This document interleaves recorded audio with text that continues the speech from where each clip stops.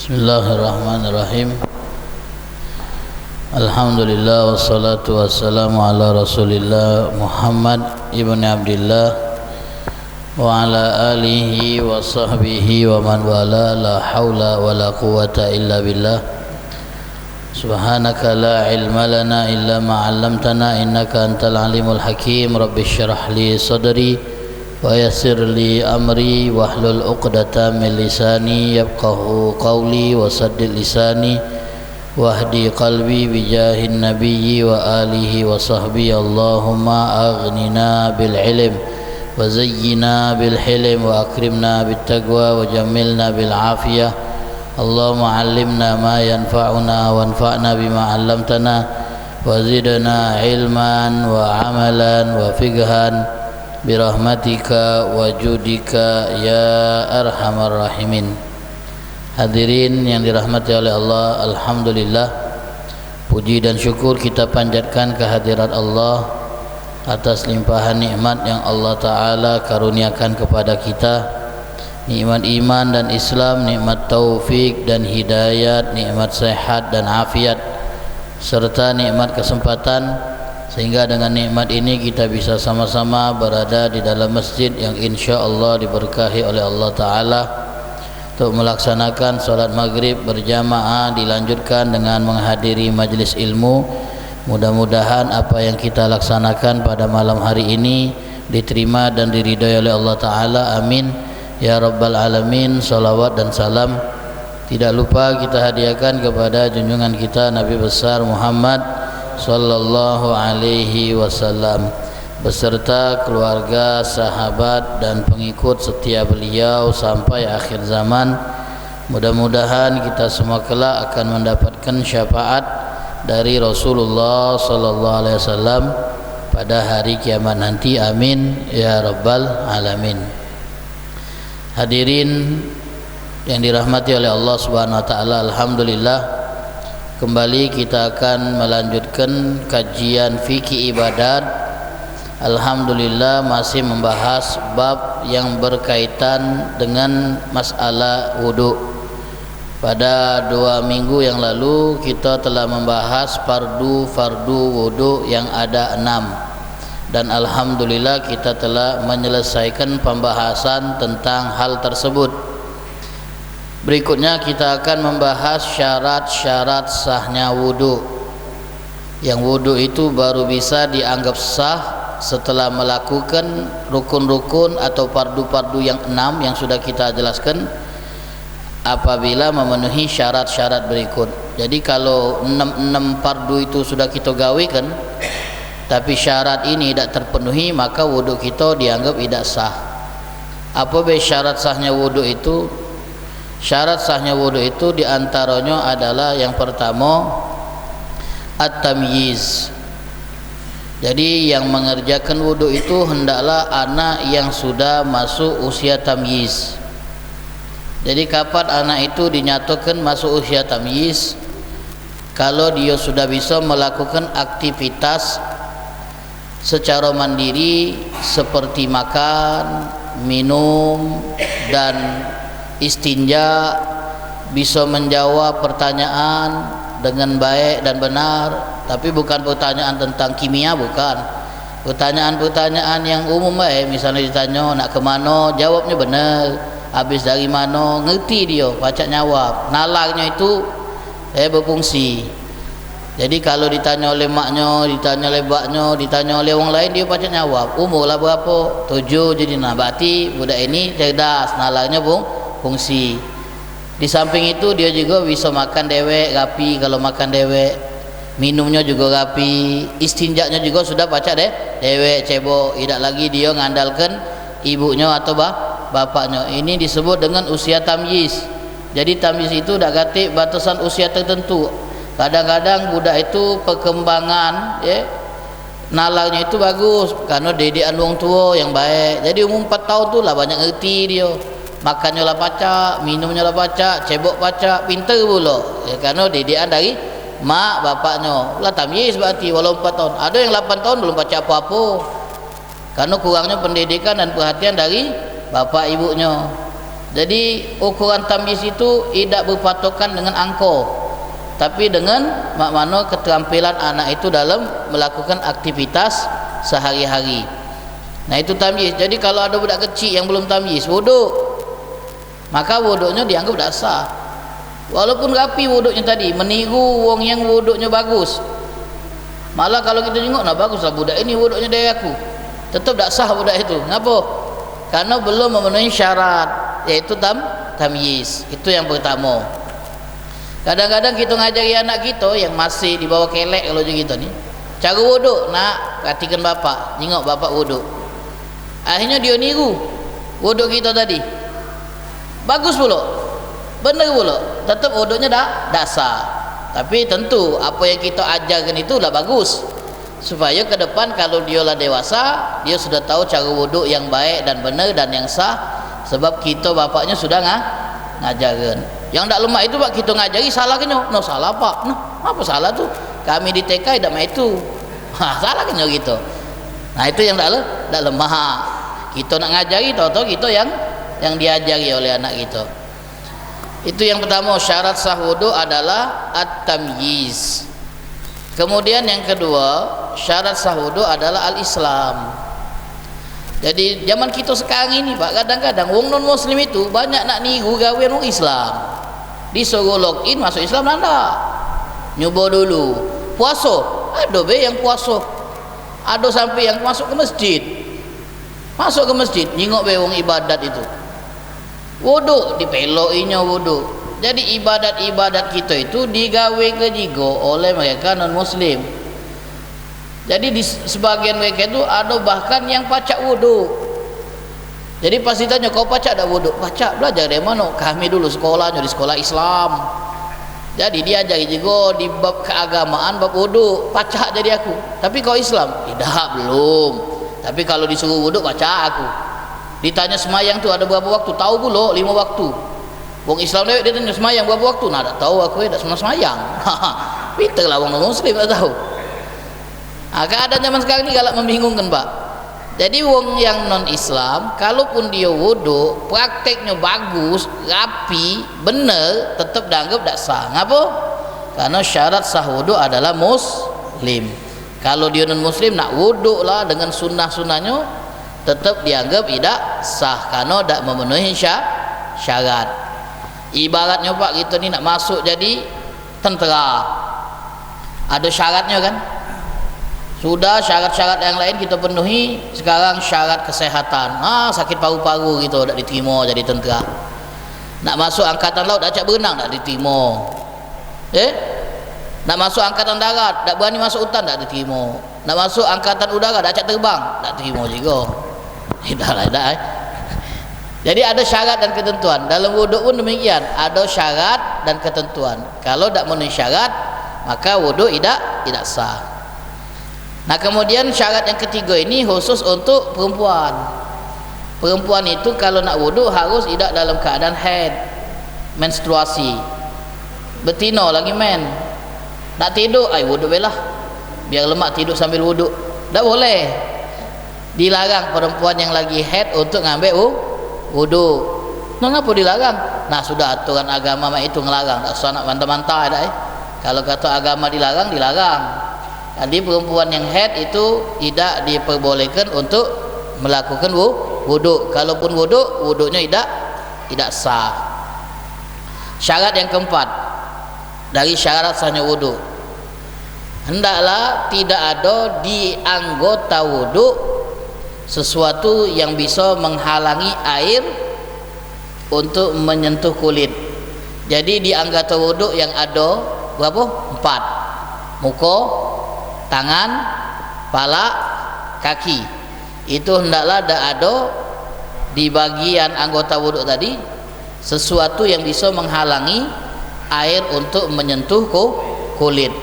Jadi kalau ada benda yang bisa menghalangi air untuk bersentuhan dengan kulit yang ada di anggota wuduk, maka wuduknya tidak sah. Kita kemarin sudah contoh kan, misalnya ada apa?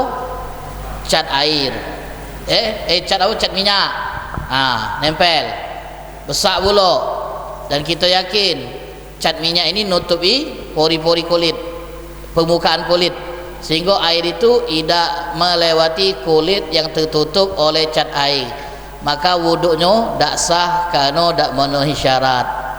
Jadi supaya sah bu, dikerik dulu bagian yang tertutup oleh cat, kemudian baru kita siram dengan air wuduk. Jadi kalau seandainya kita lah wuduk Ustaz, lah wuduk pas nyuci muka kelar, nyuci tangan lagi ngosok-ngosok, nengok ada bagian yang masih kena cat Ustaz. Jadi macam mana Ustaz? Ia kerik tempat yang kena cat itu, kemudian siramin be tempat yang kena cat tadi. Karena yang tak kena air kan cuma di bagian yang tak kena cat. Jadi baru ketahuan, nah kau tak kena buluk ini ada cat, kerik, bersihkan pakai thinner. Kalau memang cuma baca pakai thinner. Habis itu siram tempat yang tertutup tadi oleh cat, baru teruskan lagi nyuci kepala, kemudian kaki. Tapi ma'asyiral hadirin, kalau ketahuannya setelah kita wuduk, ketahuan baru selesai wuduk, doa ngangkat tangan tinggi, nah ada cat tadi di pergelangan tangan, catnya cat minyak, yakin kita air tak tembus, mana wuduk kita tak sah. Apa yang harus kita lakukan? Bersihkan tempat yang kena cat di bagian tangan. Setelah itu ulang wuduk, tak perlu ulang. Apa? Karena tinggal kita basuh tempat yang tertutup oleh cat. Habisnya ngulang ngusap kepala dan kaki. Ngapa? Karena wuduk harus tertib. Jadi kalau tangan tak sah, otomatis kepala dan kaki tak sah. Jadi harus ngulang dari tempat yang kena cat. Kalau memang cuma tangan kiri yang harus disiram lagi, tangan kanan sudah sah, muka juga sudah sah. Yang tak sah kan tangan kanan ini, kiri, karena ada cat. Kita kerik, bersih, kita siram kulit yang tak kena tadi sebab tertutup cat, sudah kena, sah bagian tangan ini. Ngulang kepala baru kaki, sah wuduk kita. Ngapa harus ngulang kepala Ustaz? Kepala kan tadi sudah. Karena tangan tadi tak sah sebab tertutup cat. Kalau tangan tak sah, otomatis kepala tak sah, sebab wuduk harus tertib sesuai urutan. Jadi tak boleh kita nyuci tangan sebelum muka sah, tak boleh kita nyuci kepala sebelum nyuci tangan sah, tak boleh kita nyuci kaki sebelum nyuci kepala sah. Jadi itu urutan dalam bab wuduk. Jadi kalau ketahuannya pas nyuci tangan lemak, tinggal bersihkan siram, tinggal neruskan kepala dan kaki. Nah yang jadi masalah kalau ketahuannya pas selesai wudhu, kebenaran di bagian tangan pula benda yang nutupi tadi kulit, maka kita harus bersihkan benda yang nutupi bagian kulit yang ada di tangan. Kemudian setelah hilang kita siram dengan air bagian yang tertutup. Setelah itu meneruskan nyuci kepala dan nyuci kaki. Setelah itu wuduk kita sempurna. Ustaz, kalau seandainya bagian yang tertutup kulitnya itu kaki, jadi pas kita selesai wuduk, duduk kita, nyingok telapak kaki kita, ada yang tertutup kulitnya oleh lem altiko atau lem yang nutupi permukaan kulit kaki kita. Kita kelupas, kita bersihkan, selesai bersih. Apa yang harus kita lakukan kemudian? Nyiram bagian kulit yang tertutup lem tadi yang ada di kaki. Harus tak nyuci kepala ulang? Tak. Tangan? Tidak. Apalagi gai. Ngapa? Karena itu anggota terakhir. Jadi cuman nyuci bagian kaki yang tertutup. Walhasil ma'asyiral hadirin, syarat yang keempat dari syarat sah wuduk, kita pastikan waktu wuduk tidak ada di anggota wuduk sesuatu yang bisa menghalangi air untuk sampai ke kulit. Pastikan. Jadi periksa dulu. Apalagi kalau kita bergelut dengan benda-benda yang punya potensi nutup bagian kulit. Seperti mohon maaf, misal ada tukang di antara kita yang kerjaannya itu nukang, pastikan. Apalagi kalau kita nukang itu bergelut dengan cat minyak atau semen, bisa jadi tutup semen. Semen kalau tipis nembuslah, ngesep dia ke bagian kulit. Tapi kalau tebal, apalagi dicok tangan gitu, tidak mungkin. Misalnya bahaya. Ada misalnya kan tebal gitu nih. Kita ngecok kan lambung ngecok. Berjibaku, nyekel semen terus. Tebal semen itu, numpuk tangan kita. Numpuk. Hilangkan dulu semen yang numpuk di tangan kita karena kita ngecok, bersihkan. Kalau lah yakin kulit kita bersih dari sesuatu yang bisa nutup air untuk sampai kepadanya, baru wudu, biar tenang. Atau misalnya kita ini di bengkel, oli itu kalau tebal itu nutupi kulit. Kalau dia cuman warnanya beda hitam, tapi permukaan kulit masih jingoan, noda wae, itu tidak apa-apa, karena warna kulit masih jingoan. Ini kalau sudah oli nutupi warna kulit, berarti olinya tebal dan dia tidak bisa bersatu dengan air, bahan minyak. Maka wajib dibersihkan dulu, baru setelah itu wudu. Ini untuk orang yang kerjanya di bengkel. Kalau yang kerjanya di sawah, misal sini banyaknya petani, misalnya di sawah, kaki ini yang kawan pak, dengan becek, tanah yang numpuk. Jadi bersihkan dulu tanah yang numpuk tadi, apalagi yang masuk ke pecahan-pecahan yang ada di tumit. Biasanya kita ini kalau di sawah tumit ini pecah, itu wajib pak dimasukkan pak air di sela-sela tumit-tumit yang pecah itu ke bagian dalam, makanya digosok air itu supaya masuk ke bagian dalam-dalam yang pecah. Nah kalau dia ada tanah yang bisa menghambat sampainya air, wajib dibersihkan dulu tanahnya, dibuang dulu, disikat dulu, baru setelah itu kita wudu. Paham ya? Jadi jangan sampai di anggota wudu ada sesuatu yang bisa menghalangi sampainya air. Khusus ibu-ibu ini pak, njuk tahu ibu-ibu wong rumah kita, anak-anak kita biasanya kalau pergi kondangan pakai make up, hari Minggu pakai make up. Umumnya itu ibu-ibu, ada yang make upnya itu pak berapa lapis, lapisan awal, lapisan 2, lapisan 3, alang banyaknya, lama-lama jadi kue lapis yuk. Tebelnya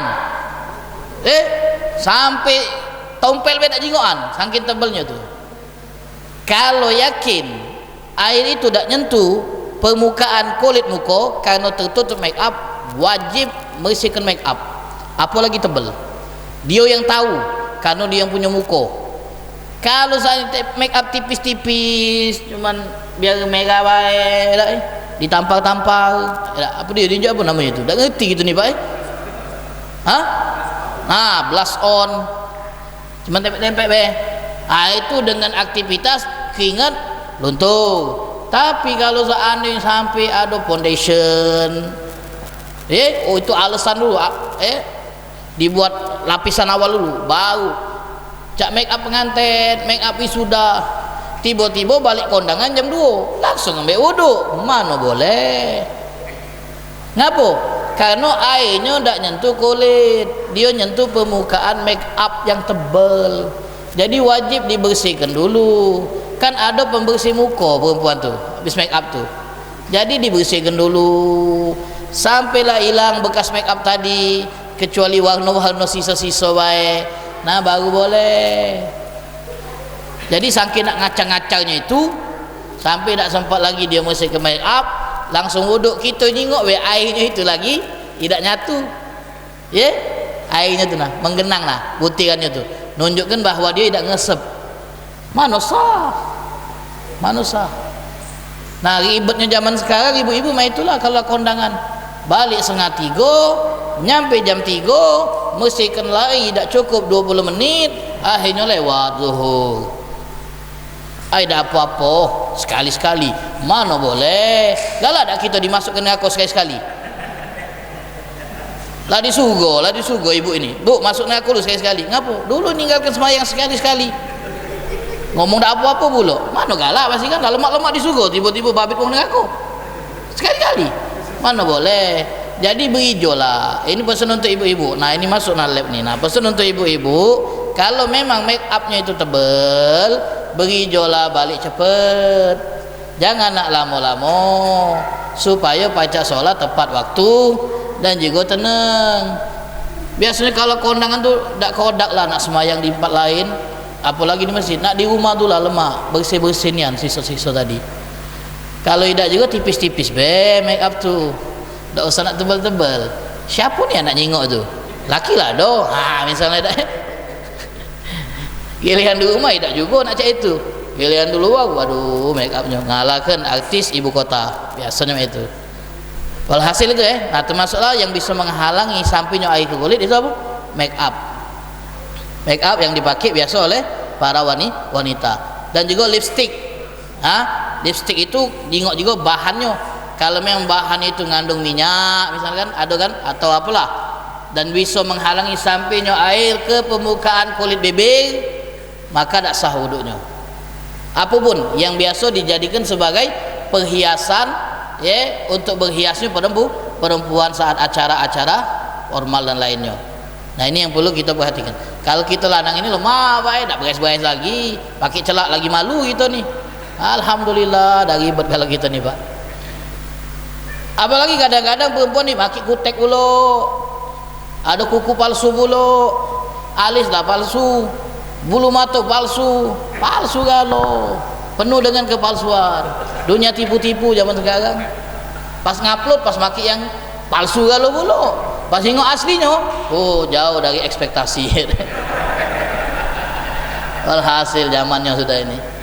Jadi hati-hati gitu milih sapi deh. Agak tak sama yang digambar dengan yang aslinya.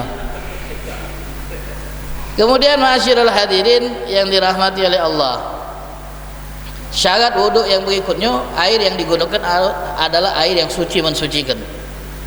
Jadi kita tidak boleh menggunakan air yang memang tidak sah untuk dipakai wuduk. InsyaAllah bahasan tentang air ini kita akan bahas di bab khusus, di pertemuan khusus yang bahasanya itu tentang air dan jenis-jenis air.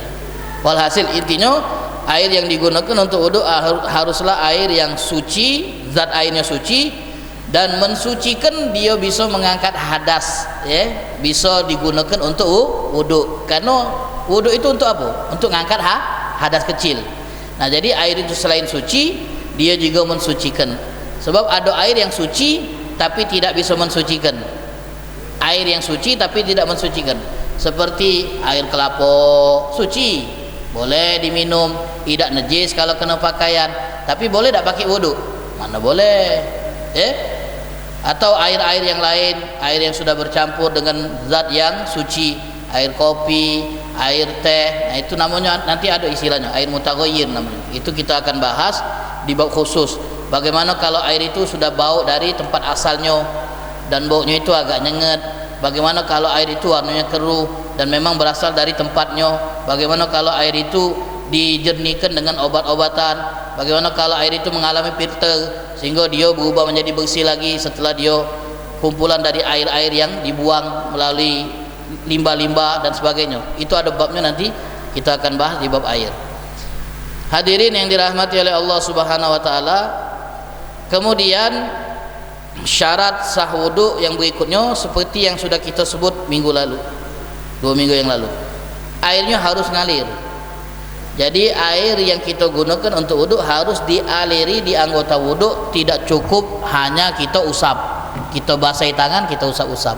Dia harus dialiri, baru setelah itu kita ratakan. Jadi tidak boleh cuma kita cacap kita celup tangan kita basahi kita cacap-cacap, itu tidak sah. Sebab dia harus mengalir. Syarat wuduk yang berikutnya adalah kita tidak meyakini fardu wuduk itu sunnah. Fardu wuduk kan ada 6 kan. Nah, kita tidak meyakini salah satu dari 6 ini sebagai sunnah dalam wuduk. Kalau ada yang nanya, nyuci tangan itu apa hukumnya dalam wuduk? Oh, kalau tangan kanan wajib, Kalau tangan kiri sunnah, tak sah. Ngapa? Meyakini hal yang wajib dalam wuduk sunnah. Jadi dia harus meyakini apa yang wajib dalam wuduk itu wajib hukumnya. Jadi kalau ada yang ditanya, nyuci muka dalam wuduk itu hukumnya apa? Wajib. Berarti faham. Nyuci tangan sampai siku kanan kiri wajib. Kepala wajib, kaki wajib. Sah wuduk kau. Berarti kau lah tahu mana yang wajib, mana yang sunnah. Kalau kumu-kumu wajib. Nah, wajib tu. Apa kau jadi? Nah, sudah. Nah, kalau meyakini yang sunnah sebagai hal yang wajib, tak jadi masalah. Ada orang yang wuduknya itu karena nengok praktek orang banyak-banyak orang wuduk itu dia ikuti. Aku nengok di YouTube itu wuduknya. Nah, nengok di YouTube sekarang ni kan bukan nengok orang yang wuduk langsung. Aku nengok di YouTube tu kalau wuduk tu kumu-kumu dulu, masukkan air ke hidung. Jadi pas ditanya apa hukum kumu-kumu, ya wajib. Tengoklah orang wuduk pasti kumu-kumu galau jadi ya. Karena nengok kalau masukkan air ke hidung tu wajib juga. Tengoklah orang wuduk pasti masukkan air ke hidung galau. Boleh tak? Tak jadi masalah. Meyakini yang sunnah itu wajib tak jadi masalah. Yang tak boleh apa? Sebaliknya. Meyakini yang wajib itu sunnah, itu yang tak boleh. Faham ya? Jadi kalau ada orang yang keliru, kita ni ngetes, ayolah belajar malam ni kita tes untuk apa hukum kumu-kumu dan wuduk wajib. Kita senyum pula. Tak tahu katanya dia. Agak ngesok dikit biasa. Nah, kalau tahu ni agak ngesok dikit kan. Aku tahu kan. Sunnah tak wajib. Atau siapa? Tengoklah orang tu wuduk. Kumu-kumu galau kan? Ya, tidak semua yang kita jengok tu benda galau mungkin. Ya tak?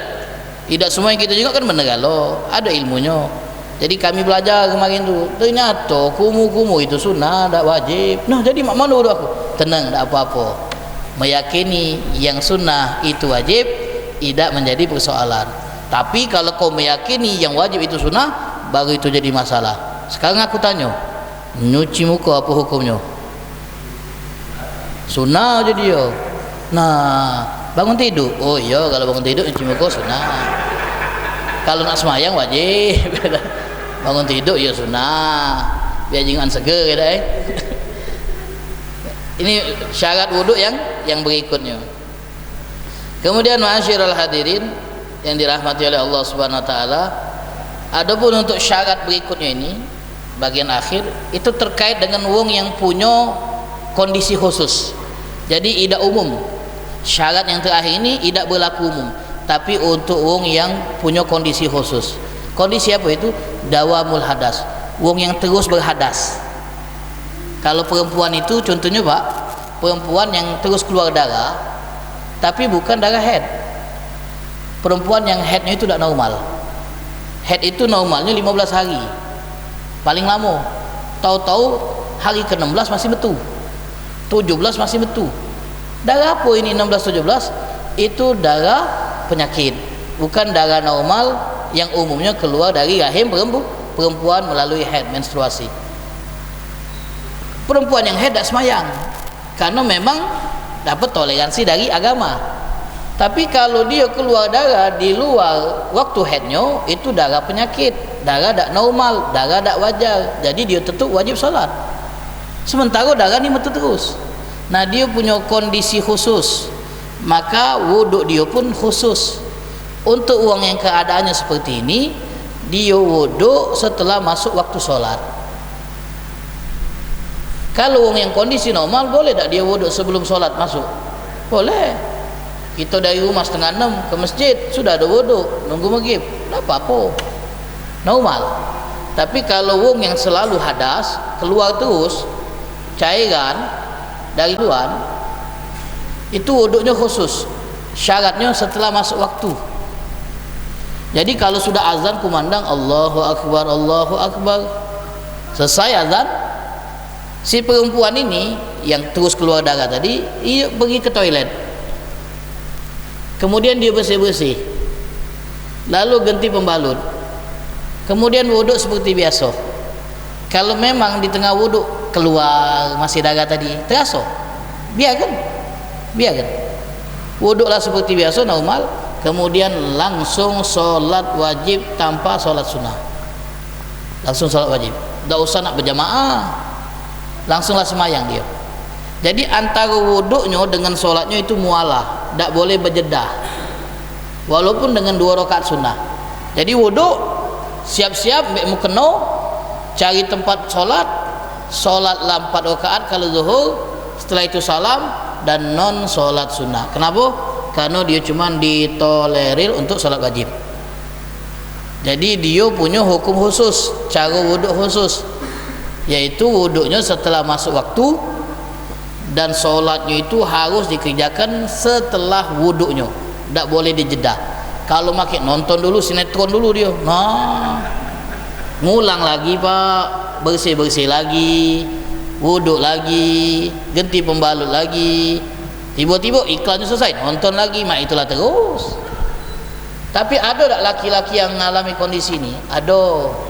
Wong yang besek, wong yang saluran ya, pembuangannya itu sudah mengalami kerusakan, klepnya lah dol, jadi metu terus kencing tuh pak. Ini wong yang mengalami problem yang menyulitkan. Kalau kita mengalami yang seperti ini, alhamdulillah. Kalau kita normal, alhamdulillah, itu nikmat.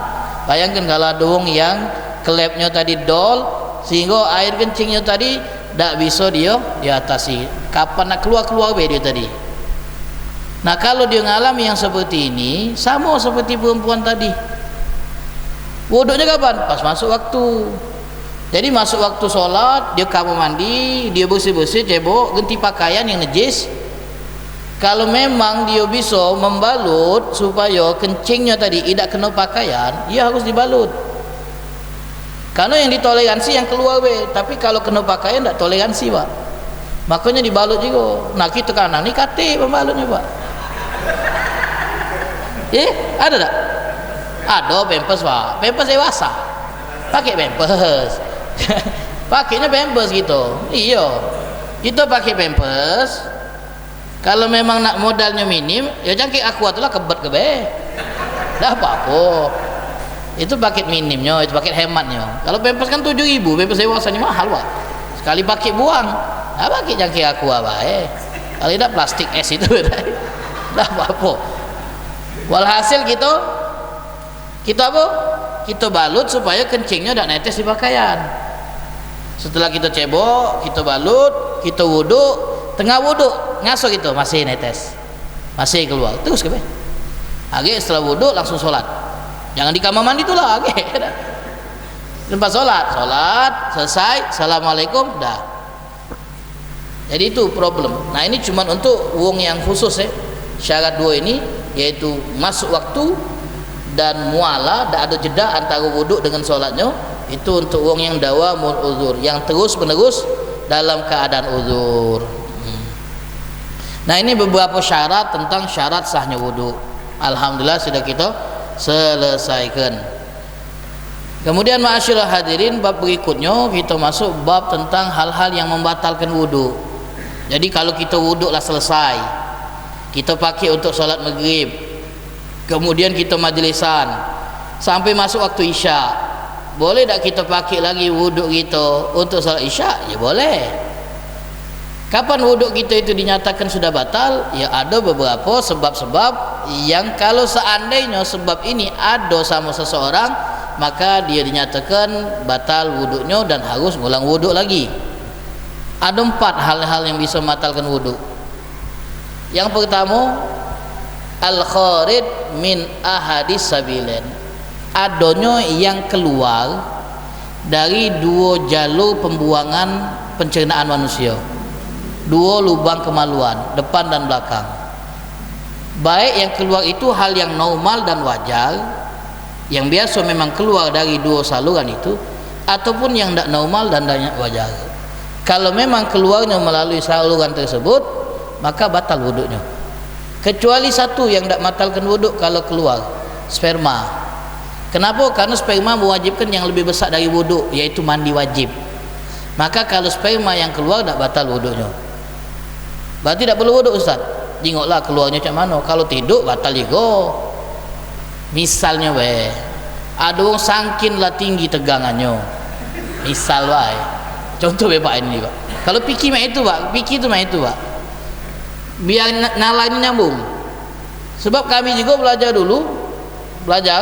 di pondok, mana keluar sperma itu tidak batal wudhu. Karena nala kami santri ini kalau keluar sperma itu pasti mimpi basah dulu lah. Kalau udah santri, jadi tidak nyambung. Nah kalau kita yang dewasa ini baca nyambung lah. Misalnya lagi tegangan tinggi tadi, dia punya wudhu, tiba-tiba hayalannya kemana-mana, tanpa dia gaso keluar, kau metu jadi dia tidak tidur, dia ada wudhu, batal lah wudhunya? Tidak, karena udah melakukan hal yang batalkan wudhu. Tapi wajib mandi dia.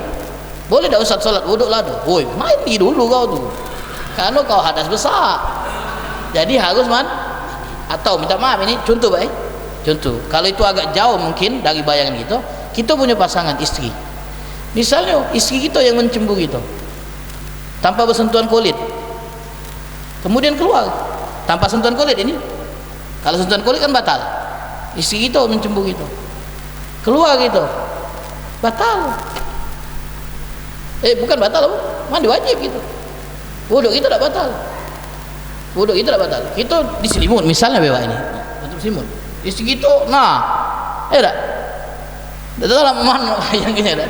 Kita dibalik selimut itu, iya misalnya dicembunya, dek nak sembahyang ini lah wudhu dek, agak dulu ji bini gitu, lah juta keluar, mandi pula, wudhunya tak batal.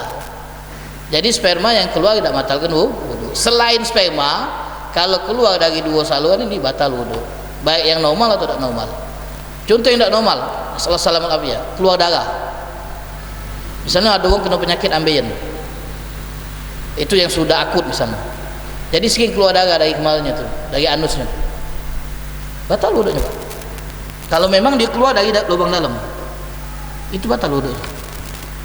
Walaupun keluarnya bukan karena dia ngeluarkan, karena dia ngeden, tidak, tapi keluar normal karena luka yang ada di dalam lubang anus keluar dari tadi sampai ke bagian permukaan tempat yang kita bersihkan kalau cebok, batal wudhunya. Nah wong ini sama kondisi seperti yang tadi besek tadi, kalau darahnya itu keluar terus, kita minta selamat dari ini insyaallah, tidak mengalami penyakit yang seperti ini insyaallah. Misalnya Pak, jadi kalau yang keluarnya normal, buang angin ini batal, kencing batal, buang air besar ya batal, baik laki dan perempuan. Kalau ada orang yang mengalami penyakit pencernaannya, mohon maaf, keluar cacing, terasa dia keluar cacing tadi, keluarlah setengah badan dulu, tidak lemak-lemak ini, batal wudhunya, batal, harus wudhu lagi nih. Kalau untuk perempuan Pak, keputihan batal Pak. Kalau perempuan keluar keputihan, cairan dari kemaluannya keputihan, batal. Kalau dia keluarnya dari bagian dalam rahimnya, batal. Ustaz, kalau seandainya kita ngasuh tak lemak-lemak Ustaz, basah Ustaz, bagian belakang itu, kemaluan belakang basah, tapi bukan kotoran dari dalam, keringat. Kita aktivitas, ada wudhu itu nih, beraktivitas, keringat, terasa gitu, tak lemak-lemak, becek itu, tapi bukan kentut ngak rewang, bukan. Kalau kentut ngak rewang lain lagi itu, keringat, batal lah keringat? Tidak, karena keringat itu dari pori-pori keluar, tidak batalkan dulu. Kalau dia keluar dari lubang anus itu baru batal Pak. Pernah tak Pak gitu ngalami perut tak nyaman, angin itu berjalan di perut, nak keluar naik lagi, cak dimaininya gitu, keluar naik lagi, dan kadang-kadang bunyi pula Pak, bunyi itu kedengeran di telinga, pernah tak? Ada kan, nah kita ni gogok ya, ujung kentut gitu, padahal bunyi perut yang lagi tak lemak, batal tak wudhu? Kalau angin itu main di perut, kemudian mengeluarkan suara menyerupai kentut, tapi tidak keluar melalui anus, tidak batal. Kalau dia keluar dari lubang belakang itu baru batal. Jadi kalau dia masih main-main perut, apalagi keluar dari sini, ada batal lambah itu. Walaupun baunya serupa lah, tidak batal. Misal Pak, tidak batal. Kecuali kalau keluar dari belakang, baru batalkan wudhu. Jadi ini yang batalkan wudhu. Walaupun setetes, makanya terkencing itu setetes, batal. harus ngulang wudu. Oh dikit Ustaz, setetes, bukan banyak, batal. Jadi demikian.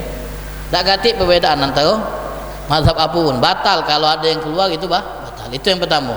Al kharid min ahadis sabilain. Beb, mana beb hukum nahan kentut beb? Pas lagi semayang.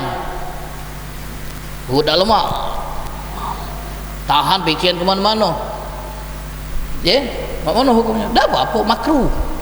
Hukum nahan kentut saat solat itu makruh. Karena ganggu konsentrasi. Makanya ada kondisi di mana kita itu makruh untuk solat dalam kondisi itu. Nahan kencing, nahan buang air besar, nahan buang angin, itu makruh. Ngapa? Itu ganggu kekhusyuan. Jadi tuntaskanlah dulu. Jadi kalau memang pun dah lemak, lagilah dulu. Tuntaskan baru semayang. Tak lemak, dia terlambat jamaahnya 2 rakaat. Tak apa-apa. Itu lebih abdul daripada kita semayang dalam kondisi makruh. Yang kedua yang batalkan wudu, zawalul akli, hilangnya akal karena sebab tidur dan yang selainnya. Ada orang punya penyakit Assalamualaikum, stres yang kambuh-kambuhan, jadi dia itu konsumsi obat. Kadang kita nengok orang yang perilakunya itu di luar nalar lupa makan obat caknya dia ni. Memang ada penyakit stres itu yang bergantung obat. Kalau tak makan obat, kambuh stresnya. Dia bertingkah laku tidak di atas kendali nalar dia. Nah itu juga batal. Kalau memang dia lupa makan obat, tiba-tiba langsung stres dia. Pas lagi nak solat pula di masjid, nah kambuh je gitu, batal wuduknya. Tidur batal wuduk, hilang akal juga. Pingsan apa lagi? Batal wuduk kalau ini. Nah kecuali tidur duduk yang posisi mohon maaf bokong gitu, itu menekan permukaan tanah, permukaan lantai ditekan sehingga menutup celah tempat keluarnya angin. Jadi kalau seandainya kita nak buang angin tak baca, tertutup, tertahan oleh posisi duduk kita yang neken normal, bukan kita tekannya. Jangan apa gawe, duduk normal. Nah duduk kita bang silo ini itu akan nyulitkan angin keluar, sehingga kalau kita nak buang angin biasanya apa? Ngangkat dikit, kan ucuk motor sago juga kan neken, jadi ngangkat dikit biasanya. Kalau boncengan tahu itu gitu, ajaknya kau ni. Nah Pak, jadi kalau kita tidurnya duduk bersilo dengan posisi mohon maaf, posisi tempat duduk kita, tempat keluarnya angin kita neken permukaan lantai, itu tak batal duduk itu, tapi dengan beberapa syarat. Satu, hendaklah posisi tidur dengan posisi bangun tak berubah. Jadi kita tidur itulah, bangun juga itulah, walaupun ada gerak-gerak dikit, palak baik gak, tak batal. Tapi kalau mulai berubah posisi duduknya, batal. Ada orang yang tidur bangunnya terkejut karena apa? Badannya nampak, batal. Kenapa? Karena posisi bangunnya tidak sama dengan posisi duduk. Biasanya kapan kita tengok orang banyak tidur? Nah itu dia, Jumatan. Tadi kami pergi ke Langkat, Hall Buya Husni Tamrin di Qudratullah, yang ceramahnya anak Kiai Sukron Makmun. Beliau ngomong, aku sudah pensiun khutbah 10 tahun. Ngapa? Sakit hati je dia. Kita ceramah orang tidur banyak nian. Giliran Allah mau pilih semin, bangun dewek dia. Nah jadi dia tersinggung kan aku bahasa beliau beliau nak apa muat jok jadi giliran kita khutbah innal hamdalillah, mulai palak tunduk kalau giliran sudah Allah maghfir lil muslimin, tegak dewek. Nah bangun kalau dah kata enggak lah nak khutbah. Nah ini yang kawan. Jadi kita kalau tahu hukum jangan malu. Kalau kita ngasuh batal bewuduk. Ada yang tidurnya ini. Nah kalau bersenderan tuh Pak, nah kan terbuka biasa. Apalagi kalau nyender itu jauh nih no. Bangun-bangun nggak bubar lo. Nah kelemahan itu. Iya lah balik sengaja udah bangun gua. Kau nak tidur di masjid, mau nak semayang. Paham baik? Jadi kalau kita duduk nyopang silo, posisi bokong tertekan, bangunnya tetap dalam keadaan seperti tidur. Ada ulama yang nambahi dengan postur tubuh yang tak terlalu berisi gendutnya tidak, dan juga tidak kurus nian. Yang normal, ini normal kalau ini. Kami ini walaupun agak gemuk-gemuk dikit normal masih Pak, ada yang obesitas no. Jadi kalau dia duduk tuh lemak-lemaknya ini tidak nutupi celah itu. Jadi demikian syarat tidur duduk, tidur neken, dan bangunnya tetap dengan posisi semula. Jadi kalau kita juga ada orang tidur sampai tersungkur, bangun nak komat, wuduk je gitu. Oi, tidak tidur aku. Apa dia ngorok gitu. Maki ngomong tak tidur pula. Bunyi ngorok kau tu nganggu hutip tu tak. Jadi batal wuduk harus. Subuh biasa kalau nunggu. Yang banyak Jumat memang. Jadi demikian tidur duduk itu tidak batalkan wuduk. Tapi duduk dengan catatan yang tadi kita sudah sebutkan. Kemudian yang batalkan wuduk yang ketiga. Nah, ini yang penting. Yaitu sentuhan antara dua kulit.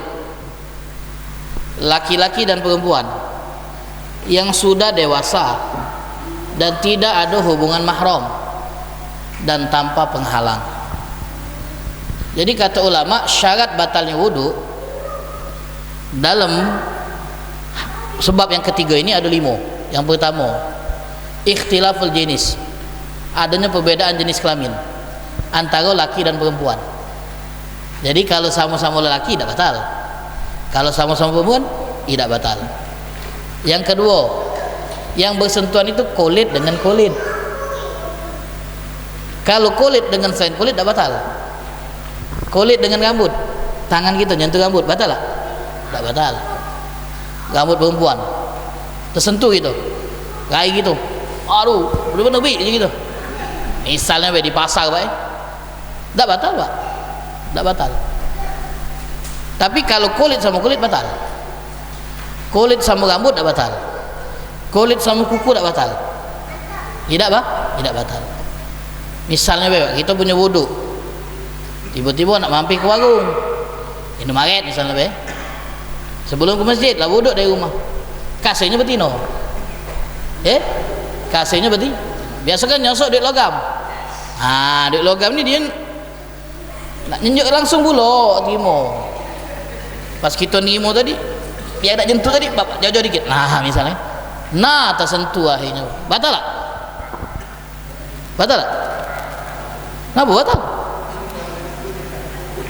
Tidak. Mana kuku nyentuh sago ini? Nimo duit dari duit, batal tak? Wuduk. Tidak batal wuduk Pak. Kenapa Pak? Karena tidak punya wuduk itu tuh, dia tidak batal wuduk. Tidak punya wuduk, dia tidak batal. Kalau ada wuduk batal, kalau ganti wuduk tidak batal. Sengaja gitu, lagi di masjid. Jadi kalau kulit dengan rambut tidak, kalau dengan kuku tidak, kalau dengan gigi juga tidak, karena tidak dianggap kulit. Ini cuma tergambar kalau kita sama istri. Istri itu Pak batal wuduk Pak, sentuhan Pak. Misalnya kita nak keluar ke masjid, istri kita ngomong, Pak keluar be apa? Dak ganti romantisnya. Kita gosok palanya rambut dah batal. Kenapa? Karena rambut. Kecuali kalau dibotak tengah Pak, kena kulitnya batal baru. Misalnya Pak, kalau rambutnya baik gitu lu batal. Kenapa? Karena rambut. Kukunya, giginya tidak batal. Ya itu yang kedua apa? Kulit sama kulit. Perbedaan jenis kelamin, kulit sama kulit, kemudian sudah dewasa dua-duanya. Jadi kalau yang kita sentuh itu anak kecil, perempuan tidak batal. Tapi inilah sampai sejauh mana anak itu dianggap kecil. Kapan orang itu, perempuan itu dianggap dewasa sehingga kalau kita sentuh batal. Nah dalam fikih Pak ada batasan khusus Pak. Jadi dibalikkan ke adat. Kira-kira budak ini kalau menurut pandangan orang-orang di sekitar gitu, lingkungan gitu, dewasa belum? Kalau sudah dianggap dewasa, menurut penilaian masyarakat secara umum di lingkungan kita, di tempat tinggal gitu, oh inilah dewasa, berarti dewasa. Kalau kita sentuh batal. Misalnya anak umur 7 tahun dewasa loh, perempuan, belum, berarti belum. Karena dibalikkan ke apa? Penilaian adat. Kapan anak itu dinilai dewasa? Mungkin 4 SD, umur 10 tahun. Jadi kalau dia 10 tahun sudah dianggap dewasa oleh penilaian masyarakat secara umum, nah baru di batas itulah anak itu batal kalau kita sentuh perempuan. Paham ya? Baik. Jadi demikian. Ukuran dewasa itu dibalikkan ke adat. Penentuannya ke adat, penilaian masyarakat. Jadi dua-duanya harus sudah dewasa, baik antara yang laki dan perempuan. Jadi kalau salah satunya masih kecil, jadi kita nyentuh anak perempuan umur 5 tahun karena gemes pipinya kita cibit, dah batal karena masih kecil. Nah, kemudian yang keempat, syarat yang keempat yang batalkan wudu adalah tak ada hubungan mahram. Dia bukan mahram kita. Jadi kalau yang kita sentuh mahram tak batal. Mahram itu ibu, anak perempuan, saudari, kemudian bibi dari sebelah bapak, bibi dari sebelah ibu, keponaan dari anak lah, dari dulu lanang, keponaan dari dulu betina. Ada babnya mahram. Nah, selain mahram kalau kita sentuh batal. Termasuklah yang bukan mahram, bini kita. Perempuan itu disebut mahram kenapa, Pak? Karena haram dinikahi. Tak boleh dinikahi, ibu tak boleh dinikahi, anak kandung perempuan tak boleh dinikahi, dulu betina tak boleh dinikahi, ponaan tak boleh dinikahi, bibi tak boleh dinikahi, haram. Maka disebut mahram. Kalau kita nyebutnya muhrim, bukan muhrim. Padahal istilah muhrim itu wong yang pakai ihram. Tak apa-apa, tapi istilah baku sudah itu. Jadi kalau wong nyebut muhrim lah tahulah itu bukan muhrim. Nah, kita lah ngerti. Kalau bahasa Arab bukan muhrim disebut mahram.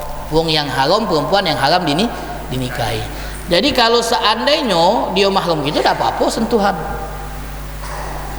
Kita nyentuh anak perempuan kita tak batal. Nyentuh bini kita batal. Karena bini kita bukan mahram. Tapi halal sebab kita nikahi. Halal disentuh, ya. Jadi demikian. Tidak ada hubungan mahram. Jadi kalau ada hubungan mahram tak batal. Ponaan dewek, gadis sudah salaman, mang salaman mang, kita tunjuk, misalnya kita salaman dengan bibi dewek boleh, bini mamang bukan mahram, ayah kita punya saudara laki-laki nikah punya bini, nah itu bukan mahram kita. Jadi kalau kita ada wudu salaman batal karena dia bukan mahram. Nisan bukan mahram, sepupu itu bukan mahram, batal kalau kita sentuhan dengan sepupu. Jangan kan ini, istri dewek juga batal, apalagi istri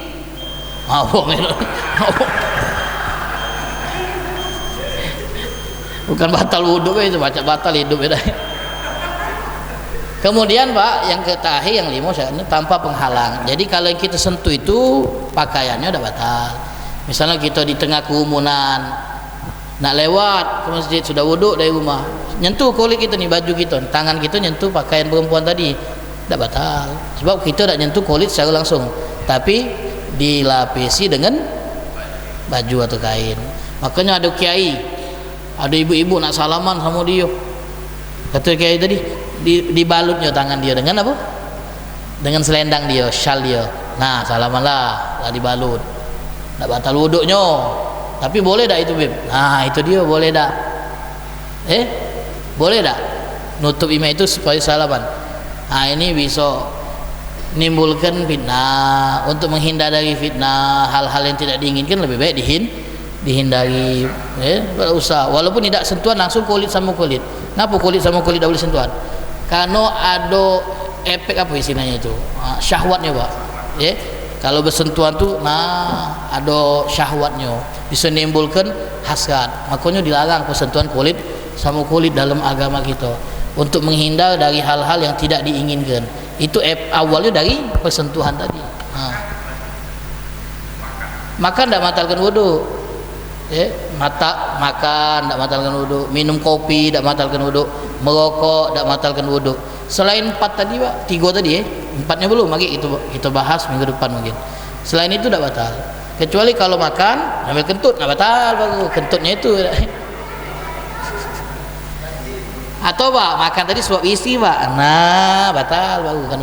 Tapi kalau makan itu tidak batal, Pak. Ada lagi nanya kan?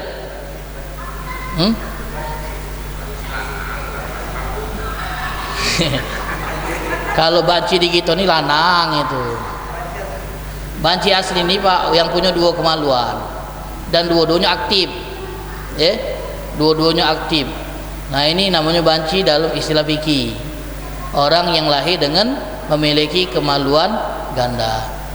Kalau memang dua-duanya aktif dan kita belum bisa netepkan dia ini cenderungnya kemana. Kadang-kadang dia ini feminim, kadang-kadang dia ini nunjukkan kelaki-lakian. Nah, kalau sudah condong ke salah satu, caknya lanang, dia ini suaranya berdegar, gitu, dan kecondongan dia itu ke sama perempuan. Nah, berarti dia ini condong ke lanang. Kalau salah satu udah aktif, berarti tidak normal be.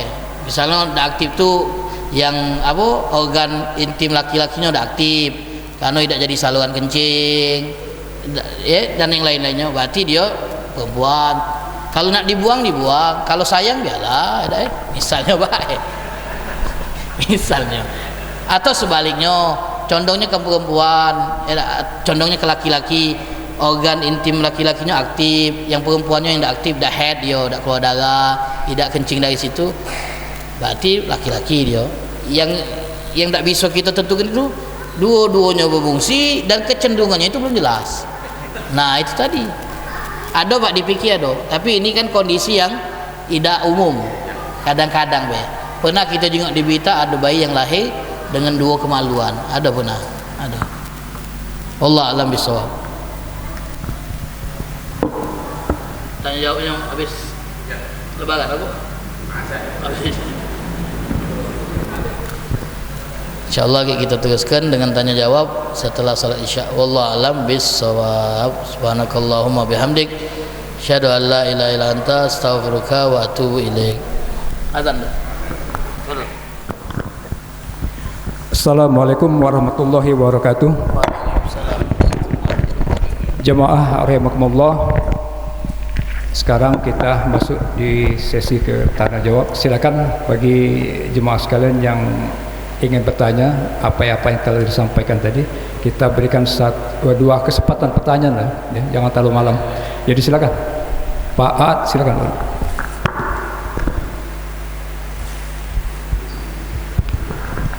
Assalamualaikum warahmatullahi wabarakatuh. Nama aku Aat Bib, pengurus Masjid Darussalam. Nak nanya Bib, jadi kemarin tuh ibu kami masuk ICU Bib, di tangannya diperban, diimpus, pakai ke kateter Bib, selang kencing itu. Nah, pertanyaan aku, cak mana ibu aku tuh sholat kemarin, aku suruh tayamum.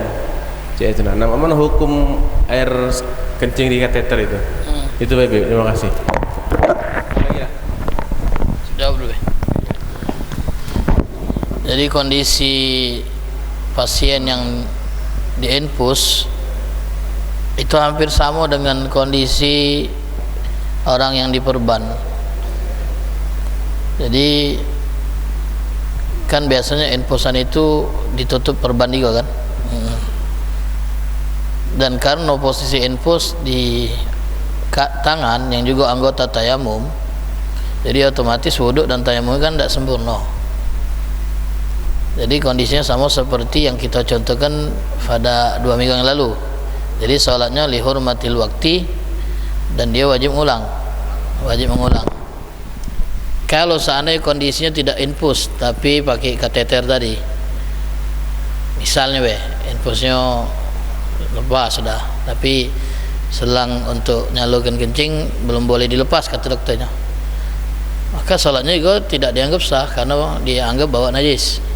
Karena posisi selang kan dengan tempat saluran pembuangannya itu nyambung. Jadi dianggap seperti orang yang sholat dengan membawa najis, namun karena kondisi yang darurat, jadi dia dimaklumi dan sholatnya itu lihurmatil wakti, untuk menghormati waktu. Jadi dia wajib ngulang kalau kondisi lah normal. Kalau memang seandainya ada pasien yang mengalami kondisi seperti ini dan dia tidak sempat lagi ngulang sholatnya dalam keadaan normal karena sakitnya parah, maka dia dianggap sudah melaksanakan sholat walaupun sholatnya itu lihurmatil wakti.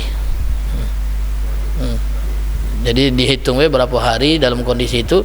Kalau lah normal kembali pulih, tinggal diulang. Ya.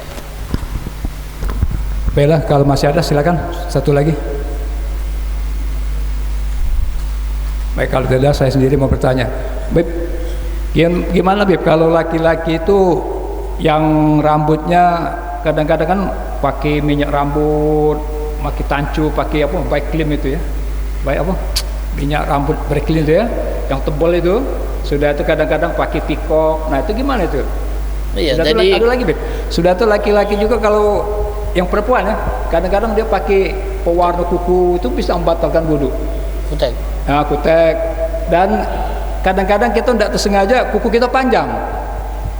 Yang kuku itu tuh panjang melebihi dari ini. Kadang-kadang pas setelah kita wudhu baru terlihat itu ada bercak-bercak hitam itu. Nah itu gimana tuh, Beb? Terima kasih, Beb. Ya, tadi kan di antara syarat sah wudu tidak ada yang menghalangi air untuk sampai ke kulit. Jadi untuk masalah minyak rambut atau pikok atau cat kuku itu dikembalikan dengan bahan dasarnya itu apa? Kira-kira dia itu bahannya itu nutupi permukaan rambut atau tidak, atau dia meresap ke dalam pori-pori atau meresap ke dalam rambut lah. Kalau memang dia meresap berarti tidak jadi masalah penggunaannya itu. Kalau memang bahannya itu seperti bahan kimia yang menutupi permukaan rambut, kalau untuk pikok atau kutek maka yang itu kalau kita kerik tuh ada istilahnya itu material asing yang tidak sama dengan kulit, cak selaput gitu, lapisan kecil bahan kimia sama seperti cat itu, berarti dia nutupi permukaan kuku tidak sah. Kutek itu kan bersihkannya dengan dikerik biasanya. Umumnya perempuan tuh pakai kutek kalau head, kalau yang ngerti. Setelah dia menjelang suci biasanya dikeriknya kutek tadi, dibersihkannya pakai pembersih kutek ada, atau dengan cara dikerik. Jadi seperti itu. Jadi dilihat bahan bakunya, dan kita tidak tahu bahan bakunya ini apa. Nah, kalau memang kita tidak tahu bahan bakunya apa, ya lebih baik dihindari. Tapi kalau memang ada orang yang sudah terlanjur pakai dan dia tidak tahu ini bahan bakunya apa, ya wajib dia bertanya, kira-kira mana kondisi rambutnya ini tertutup apa tidak. Kalaupun misalnya pikok dia di bagian tertentu baik rambutnya masih aman, sebab ada rambut lain yang bisa diusap saat wudhu, tapi bisa menjadi masalah kalau dia mandi wajib. Jadi walhasil itu dikembalikan dengan bahan dasar pembuatan pikok itu dewek apa.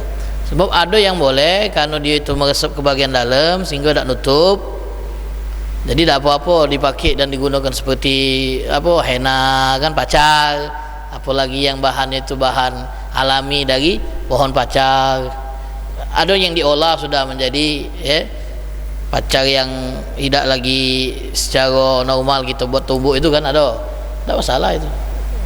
Jadi pewarna-pewarna yang bahannya alami dan tidak nutupi permukaan kulit dan rambut itu boleh digunakan, dan dia tidak menghalangi sampainya air ke anggota itu. Jadi demikian. Tapi warna rambut dewek apa hukumnya, Bib? Warna rambut itu kalau warna hitam haram. Jadi kita yang sudah beruban misalnya, biar jengaan muda lagi, kita pikir warna hitam haram. Tapi kalau selain hitam boleh, warna pink boleh. Iya, biar tak cap preman kan pink. Kalau dia kuning, tak apa-apa Pak, kuning. Asal bahan bakunya tadi kan tidak nutupi, boleh. Walhasil selain hitam, karena yang diharamkan itu pakai warna hitam, tidak boleh. Baik itu janggut ataupun rambut dipikok dengan warna selain hitam boleh, tapi kalau untuk warna hitam tidak diperkenankan, kecuali dua yang dibolehkan pikok warna hitam: istri dengan izin suami, kemudian orang yang ingin berperang supaya kelihatan tampil muda, jadi boleh dipikok. Kita ini perang tidak. Kalau nurut bini nggak paham. Misalnya bini yang nyuruh kita, ngapa kita nurut, suruh bini yang nurut suruh kita. Jadi demikian Pak. Untuk masalah pikok dan kutek tadi. Allah alam. Baik, satu pertanyaan lagi kalau masih ada. Kalau udah ganti kita tutup. Boleh satu lagi, tidak apa-apa. Assalamualaikum Habib. Iya.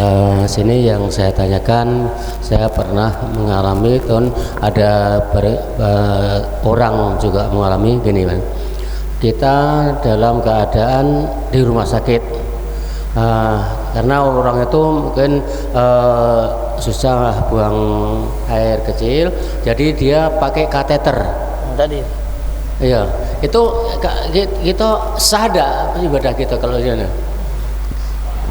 Ini ya pertanyaannya pakai kateter tadi, sholatnya tidak sah karena bawa najis. Terus kedua, dalam sholat itu sebenarnya yang tepat kan, kadang waktu at-tahiyat itu ada yang begitu at-tahiyat langsung telunjuknya. ada yang begitu asyhadu alla ilaha illallah itu baru itu yang tepat yang gimana gitu Ya. Jadi posisi jari pas tahiyat ya. itu menggenggam untuk kanan, kecuali telunjuknya dikeluarkan. Jadi jari pas tahiyat untuk tangan kanan itu digenggam, kecuali telunjuk dipisahkan. Nah baru diangkat pas mengucap illallah. Jadi telunjuknya itulah keluar, tapi baru kita naikkan pas mengucap illallah.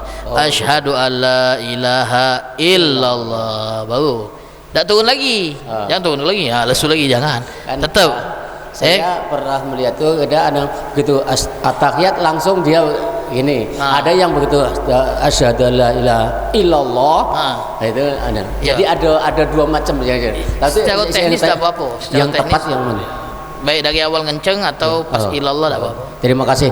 Assalamualaikum warahmatullahi wabarakatuh. Waalaikumsalam warahmatullahi wabarakatuh. Nah. Baik, terima kasih Pak Haji Trubus yang telah menutup sesi pertanyaan kita.